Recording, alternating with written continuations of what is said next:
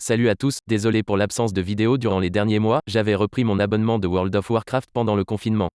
Vous aurez probablement remarqué que j'utilise désormais une intelligence artificielle pour produire la voix de mes vidéos. Ça simplifie le travail, j'ai juste à me concentrer sur les données, le code et le montage de la vidéo, que je vais probablement aussi tenter d'automatiser par une autre IA. Aujourd'hui, on va s'intéresser à une façon de concevoir un vaccin avec une intelligence artificielle.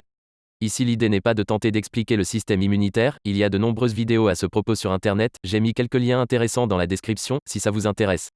Pour cette vidéo, je me baserai sur l'étude de Marek Prachar et Sun Justesen publiée en mars 2020, dont le lien est dans la description, qui teste 15 outils de prédiction de liens d'affinité avec le MHC. Je ne présenterai qu'un seul outil dans cette vidéo, l'idée étant seulement d'introduire une approche à la prédiction de liens avec le MHC. Dans le monde des IA, seules 3 choses nous intéressent, les entrées, ce que l'on a à notre disposition, la boîte noire, notre outil de calcul, la sortie, la réponse attendue à nos questions.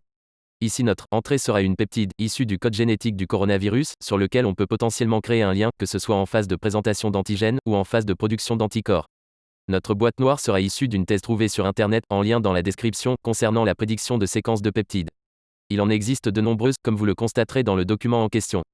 Leur couverture des différents allotypes varie d'un modèle à l'autre.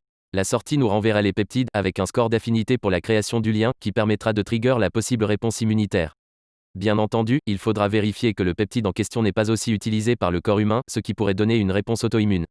On passe désormais sur la partie la plus technique. La sélection de nos peptides d'entrée se base sur la traduction de la séquence génétique du coronavirus en peptides au format FASTA.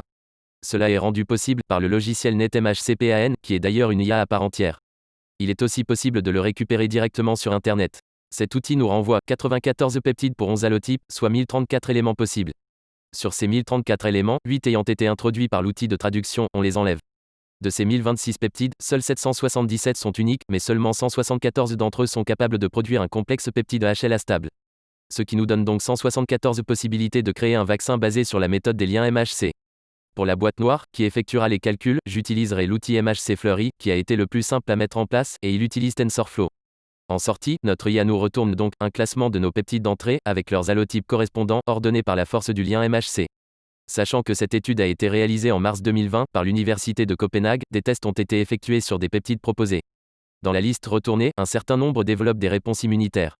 En effectuant ces recherches, j'ai découvert que de nombreuses universités concentrent leurs recherches sur le cancer, en utilisant des modèles de prédiction d'affinité de liens MHC, permettant d'utiliser le système immunitaire pour cibler des tissus cancéreux.